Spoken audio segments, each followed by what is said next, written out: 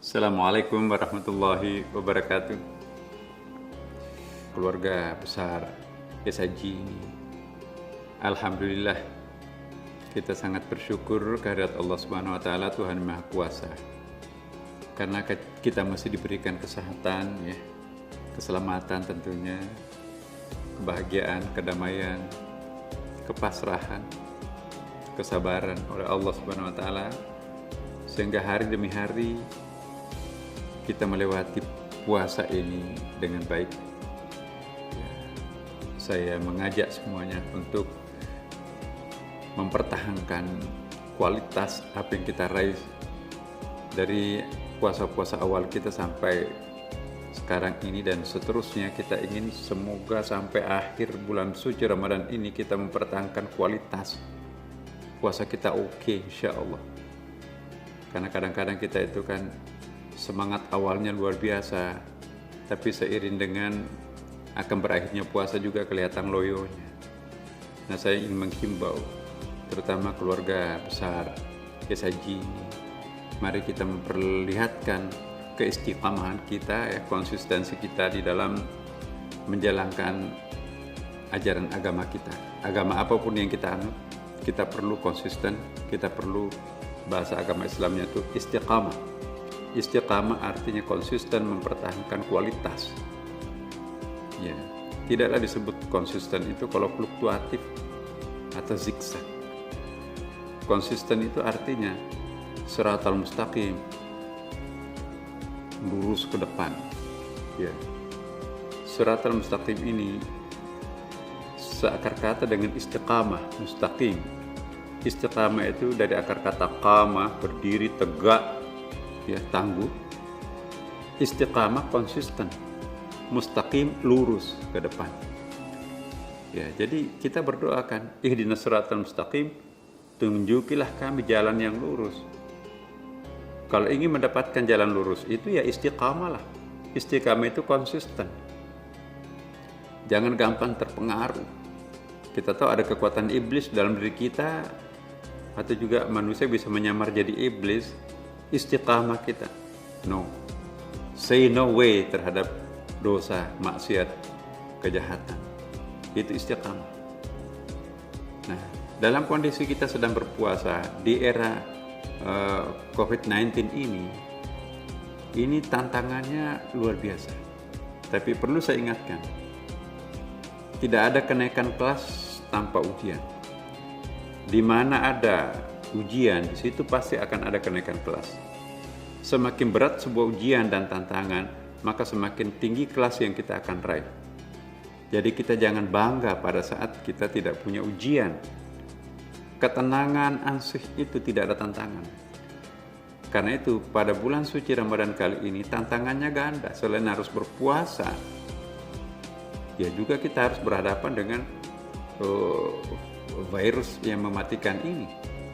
Di samping itu juga tentu kita ditantang untuk mengeluarkan zakat. Karena pada bulan ini kita wajib mengeluarkan paling tidak zakat fitrah, ya kan? Nah, saya ingin mengingatkan kepada kita semuanya, terutama keluarga besar SAG, mari kita konsisten mempertahankan kualitas keberagaman kita dalam kondisi seperti apapun. Sesulit apapun ekonomi kita sekarang ini, ya, tapi jangan sampai nanti membuat kita itu untuk berubah pikiran. Kali ini saya absen dulu deh untuk bayar zakat. Kali ini aku absen dulu untuk sedekah. Soalnya berkurang deposito saya ini. Apa sih yang kita harapkan, Bapak Ibu sekalian? Ya, kalau kita menunduk ke bawah, alhamdulillah ternyata kita itu punya banyak sekali kelebihan. Tapi kalau kita mendongak ke atas, kita itu nggak ada apa-apanya. Bawaannya nanti pelit. Tapi kalau kita tunduk ke bawah, bawaannya itu pemurah. Alhamdulillah, saya harus berbagi dengan teman-teman yang ada di bawah. Maka itu salat itu pembelajaran untuk kita bagaimana membiasakan diri untuk menengok ke bawah. Karena kalau kita mendongak ke atas terus, apa yang akan terjadi? Pertama, kita akan nanti hidup penuh dengan tekanan. Karena ngejar target, aku ingin seperti itu di atas. Rasa syukurnya sudah nggak ada. Bahkan juga mohon maaf, Kadang-kadang mungkin tidak mengindahkan apa itu halal, apa itu haram. Pokoknya dihantam dua-duanya, gak ada bedanya. Tapi kalau kita sering sujud, Masya Allah, ternyata yang membahagiakan itu adalah berkah. Bukan yang membahagiakan itu yang jumlahnya banyak, yang jumlahnya besar, yang jabatannya tinggi. Apa artinya besar, banyak, tinggi, tapi gak berkah? Dikejar-kejar KPK, dikejar-kejar polisi, dikejar-kejar pihak yang berwajib. Gak ada ketenangan. Ya. Jadi yang kita butuhkan sebetulnya bukan banyaknya, tapi berkahnya. Nikmat itu, berkah itu. Bukan yang banyaknya, bukan besarnya, bukan tingginya. Karena itu, mari kita istiqamah, mari kita konsisten menyusun sebuah pandangan hidup yang benar. Bahwa untuk apa kita mengumpulkan semua harta sampai 7 turunan, toh yang dibawa nanti ke kuburan itu cuma selembar kain kafan kita kan. Anak-anak kita kan juga belum tentu memanfaatkan harta itu untuk kepada jalan yang benar. Jangan-jangan dipakai narkoba, dipakai maksiat, malah petaka buat kita di kuburan nanti. Maka itu saya ingin menghimbau kepada Bapak Ibu sekalian, bulan suci Ramadan kali ini ladang paling subur untuk menanam benih amal. Kenapa? Karena tantangan kita banyak. Ya, mungkin tahun lalu pahalanya tidak seberapa, tapi kali ini kita melakukan amal sosial pasti berlipat ganda pahalanya. Kenapa? Orang sekarang dalam keadaan betul-betul sangat butuh. Bukan setengah butuh, sangat maksimum kebutuhannya. Jadi kita harus menumbuhkan solidaritas sosial kita sekarang ini. Nah, sekarang dalam bulan suci Ramadan ini ada institusi yang sangat efektif untuk kita sebagai umat yang beragama Islam ya. Bulan Ramadan itu saatnya kita mengeluarkan zakat. Apa yang dimaksud zakat? Zakat itu kewajiban yang harus dikeluarkan setiap orang Islam dari pendapatannya itu. Tapi saya ingatkan, alangkah peliknya seorang umat Islam itu kalau pengeluarannya hanya zakat. Nah, zakat kita cuma diminta 2,5%. Maka itu betapa pelitnya kita kalau kita cuma mengeluarkan harta kita itu 2,5%. Ya, kalau perlu totalitasnya 20% dalam bentuknya lain. Ada sedekahnya, ada infaknya, ada jariahnya, ada wakafnya, ada hibahnya. Ya, kalau di negara Arab itu ada usyur, ada humusnya. Ya. Jadi sekarang paling bagus. Ini zakatnya 2,5%. Tapi ini sedekahnya. Ini hibahnya. Hibah itu boleh non-muslim juga dikasih. Ya. Kalau zakat itu memang ada asnafnya. Tidak boleh kepada selain yang dianjurkan dalam Al-Quran itu. Tapi kalau wakaf boleh dibangun madrasah, boleh dibangun jalan raya, ya, boleh dipakai apa. Nah, ada pos-posnya tuh, 27 pundi-pundi yang diajarkan Rasulullah yang perlu kita isi. Jadi kalau hanya ngisi satu pundi zakat saja, betapa pelitnya kita. Padahal Allah memberikan segala macam kan. Coba, sadarlah kita teman-teman. Oksigen yang kita hirup dalam 24 jam itu gratis loh dari Allah. Kalau di rumah sakit itu harga oksigen satu tabung itu 2,5 juta itu kan.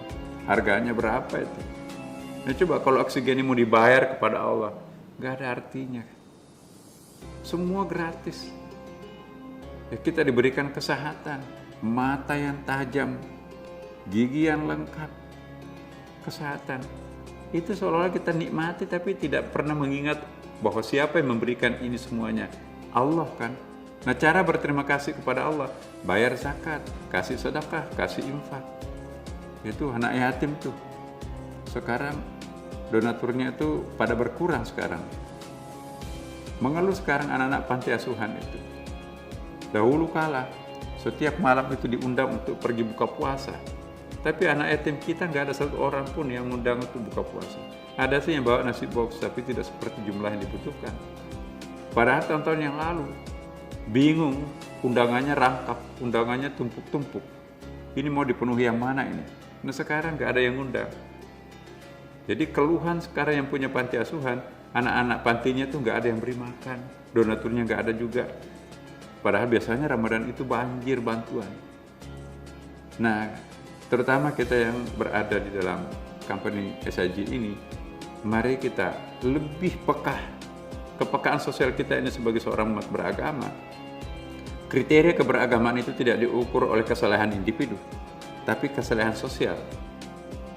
Apa artinya kesalahan individu? Sholat tahajudnya, wiridnya, ngajinya, tapi pelitnya minta ampun. Ya, itu nggak bisa. Kriteria keberagamaan dalam surah Al-Ma'un itu care terhadap anak yatim, fakir miskin, ya kan? Care terhadap lingkungan masyarakatnya. Nah, ini kita harus istiqamah. Mari kita membenarkan jalan pikiran kita sekarang ini. Mungkin ada yang bengkok, mungkin ada yang semrawut. Kita syukurilah nikmat Allah. Tengok ke bawah, Masya Allah betapa banyak orang yang menderita di bawah saya. Kami masih punya saving, kami masih punya deposito. Sekaranglah saatnya untuk kita berbagi terhadap mereka. Mari kita konsisten menjalani kehidupan ini.